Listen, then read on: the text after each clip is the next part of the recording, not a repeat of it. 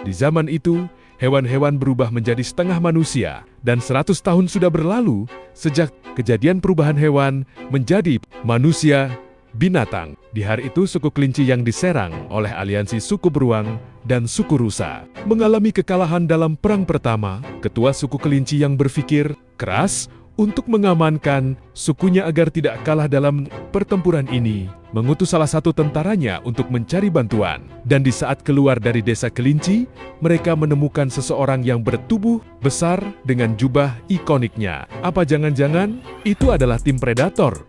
Ucap si kelinci. Tim predator adalah tim tentara bayaran dengan beranggotakan 4 makhluk. Kebetulan tim ini terdiri dari ras manusia kucing. Yang pertama adalah sang pemimpin, tiger manusia harimau yang terlihat kuat dan besar. Lalu ada Speed dari ras cheetah, ada juga Bobo dari ras kucing hutan, dan juga Loris dari ras macan tutul putih. Si kelinci ini langsung bertanya dengan kelompok itu, apakah mereka tentara bayaran?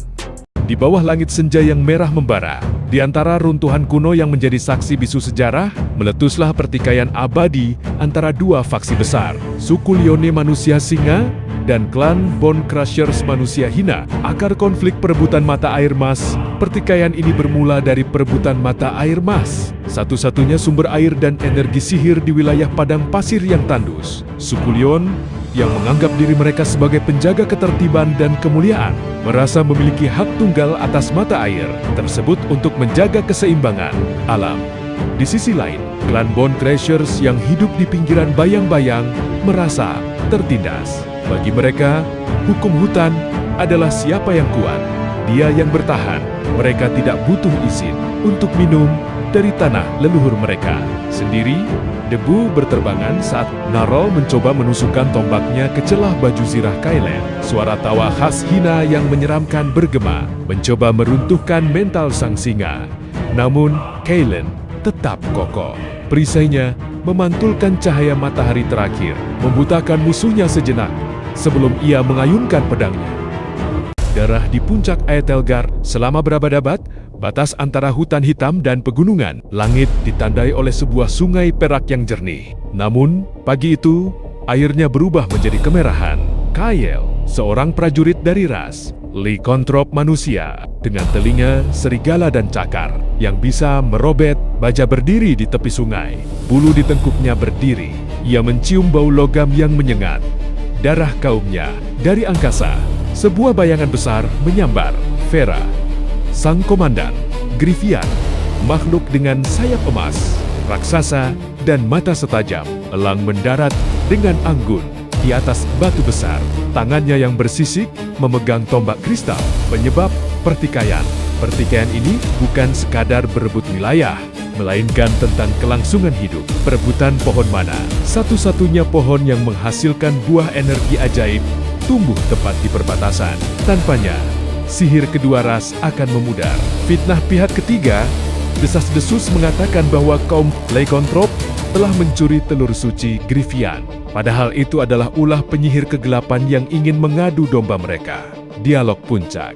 Kembalikan telur kami, penghuni tanah, seru Vera dengan suara yang melengking seperti pekikan elang. Atau kami akan menghanguskan hutanmu dari langit. Kael menggeram. Taringnya mencuat. Kami tidak menyentuh telurmu Grivian, justru prajuritmu yang membantai penjaga perbatasan kami saat mereka sedang tertidur. Titik balik. Saat Kael dan Vera bersiap untuk berduel, mereka menyadari sesuatu yang aneh.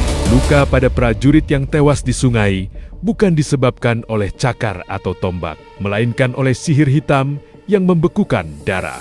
Mereka menyadari awal mula perpecahan alam semesta pada zaman kuno, saat alam semesta masih dalam kondisi murni dan tak terjamah oleh noda modernitas. Dua entitas kosmik berkuasa, Aether, sang pencipta kehidupan, dan Shros, sang penguasa keseimbangan. Aethel menganugerahkan kecerdasan kepada manusia dan naluri kepada binatang, menciptakan harmoni yang sempurna. Namun, Shros percaya bahwa batas-batas itu terlalu kaku. Suatu ketika, Shros melakukan ritual perpecahan, sebuah tindakan kosmik yang membelah tirai pemisah antara pikiran dan naluri. Energi primordial ini tidak hanya menyebar ke seluruh dunia, tetapi juga meresap ke dalam inti setiap makhluk hidup. Fajar manusia binatang. Dampak rituan perpecahan terasa pertama kali di hutan Lumina, tempat pohon-pohon kuno, penjulang tinggi, seperti menara alami. Hewan-hewan yang paling dekat dengan pusat energi, mulai mengalami transformasi yang luar biasa.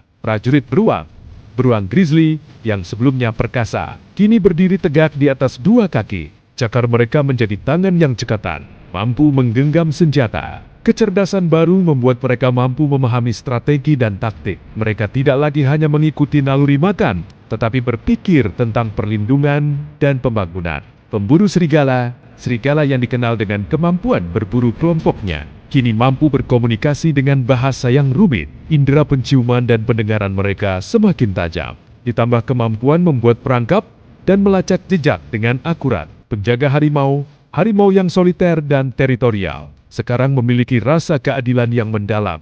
Mereka membentuk kelompok kecil untuk menjaga hutan dari ancaman luar, menggunakan kekuatan dan kelincahan mereka dengan tujuan yang lebih tinggi. Penyihir rubah yang cerdik, kini mampu memahami konsep sihir dasar. Mereka dapat memanipulasi elemen alam, menggunakan ilusi untuk mengecoh musuh, dan memiliki intuisi yang luar biasa. Transformasi ini tidak hanya mengubah fisik mereka menjadi manusia setengah binatang,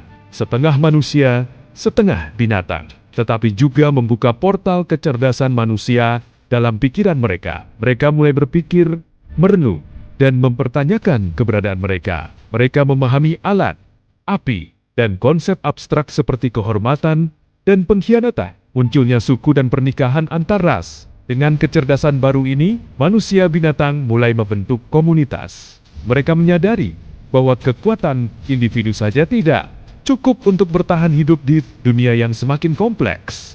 Suku-suku awal. Suku pertama terbentuk di hutan Lumina. Suku beruang cakar baja, terdiri dari manusia beruang yang fokus pada pertahanan dan pembangunan.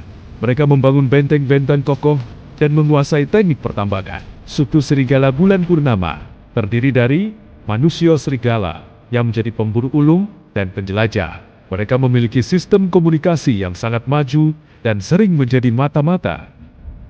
Suku harimau bayangan hutan, terdiri dari manusia harimau yang menjaga perbatasan dan menjadi pelindung keadilan. Mereka terkenal dengan kecepatan dan serangan mendadak. Suku rubah cahaya malam, terdiri dari manusia raba yang fokus pada sihir, pengetahuan, dan penyembuhan. Mereka menjadi penasihat dan diplomat antar suku. Pernikahan antar ras, seiring waktu suku-suku ini mulai berinteraksi. Mereka menyadari bahwa perbedaan mereka adalah kekuatan. Seorang prajurit beruang mungkin memiliki kekuatan fisik, tetapi tidak selincah pemburu serigala. Seorang penyihir rubah mungkin pintar, tetapi kurang dalam pertarungan langsung dibandingkan penjaga harimau. Melalui interaksi dan kebutuhan akan kekuatan yang lebih besar, pernikahan antar ras mulai terjadi. Ini bukan hanya tentang cinta, tetapi juga tentang penggabungan kekuatan dan kecerdasan. Keturunan dari pernikahan ini seringkali memiliki campuran sifat dari kedua orang tua, menciptakan variasi baru yang menarik